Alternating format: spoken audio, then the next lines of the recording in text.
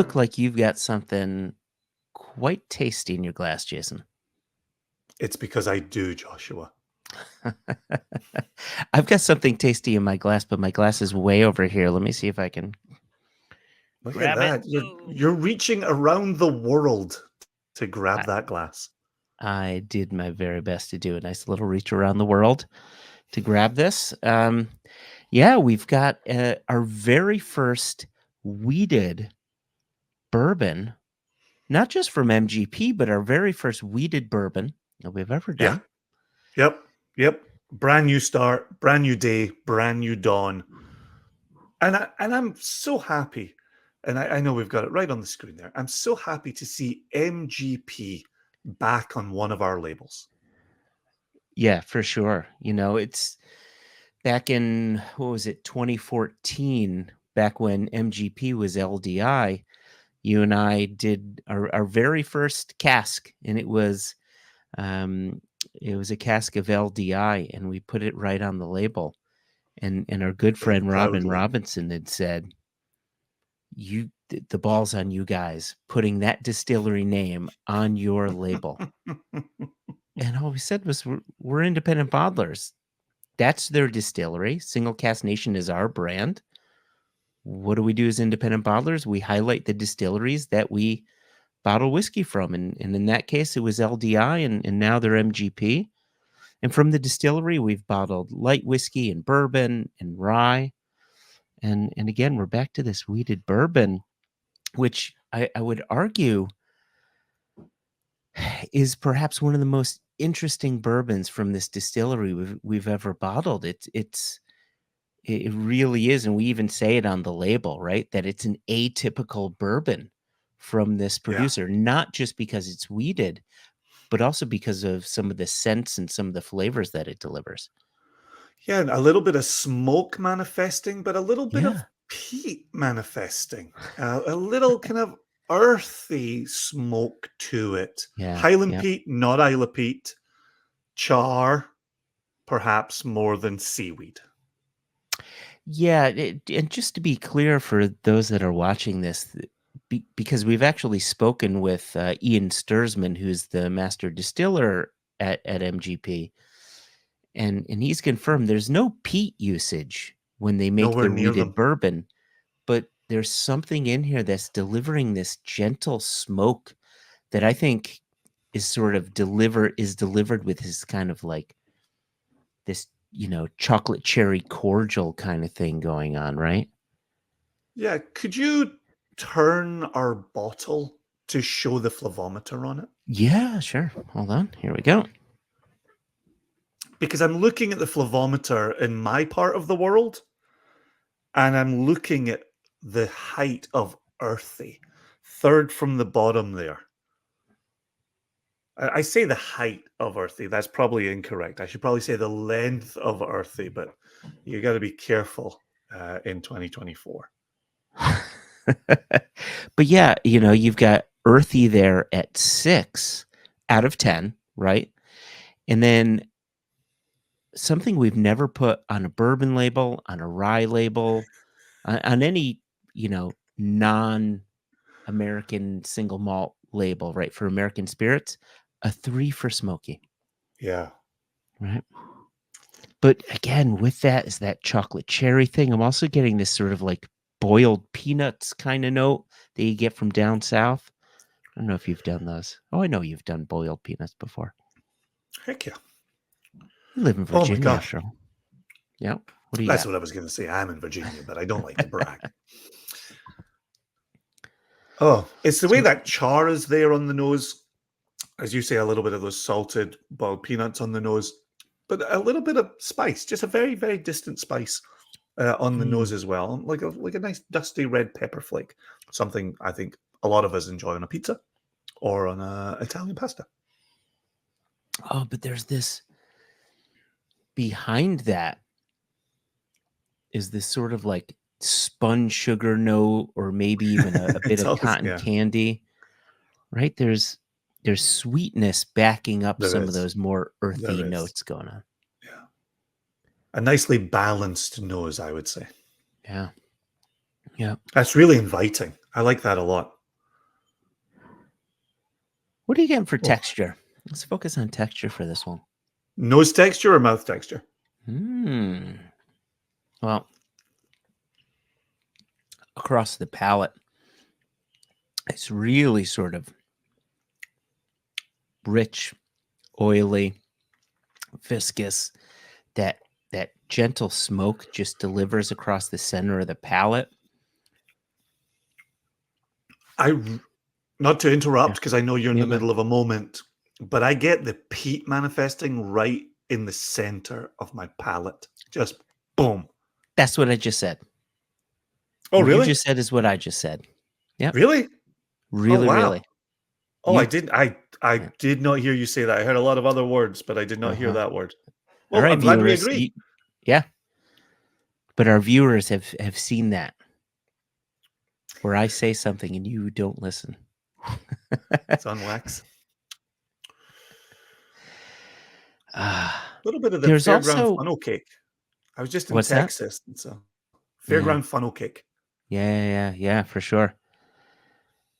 What I like about this too, though, behind that wood char, behind that sweetness, there's this grain quality coming through. It's this sort of like, and you have used this term before, and it's this sort of like a horse feed bag. It's that grain, Mm-hmm. a little bit Mm-hmm. of molasses going on there, and Mm-hmm. it's just nice to see that grain is present despite that wood char coming through.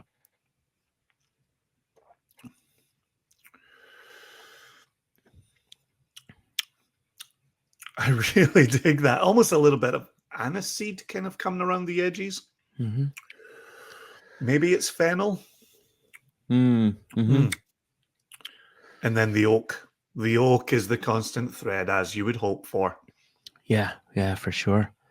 Oh, Oh I know man. we've both got our bottles turned around here. 7 years. December of 2016 for the Mm. distillate. And what's the ABV on it? Oh, uh, 55.45. 55.45%. So there you go. 7 years Oh, in new charred oak, 55.45% alcohol. A weeder. It's really a tiny, tiny outturn. tiny outturn. What is it? 145 bottles, something like that? 141. Yeah, 141. Real small. Finish keeps going as well. I've got pleasing drying on the gums, Mm, little drying across the palate. Maybe some of the dark chocolate starts to take more of the mm. fore. Maybe a little bit of spent charcoal kind of aroma, tasted aroma, There's but there's not sort of not a unpleasantly drying. there's this spiciness coming through. You know what this reminds me of, and I've said this before. I don't know if I've said it on the podcast, but it's nice to be reminded here and now that this almost seems like a single cask strength version of High West Campfire, 100%. right? Right? It's 100%. that bourbon sweetness, it's that sort of spiciness that you associate with rye, and then that gentle smoke, right?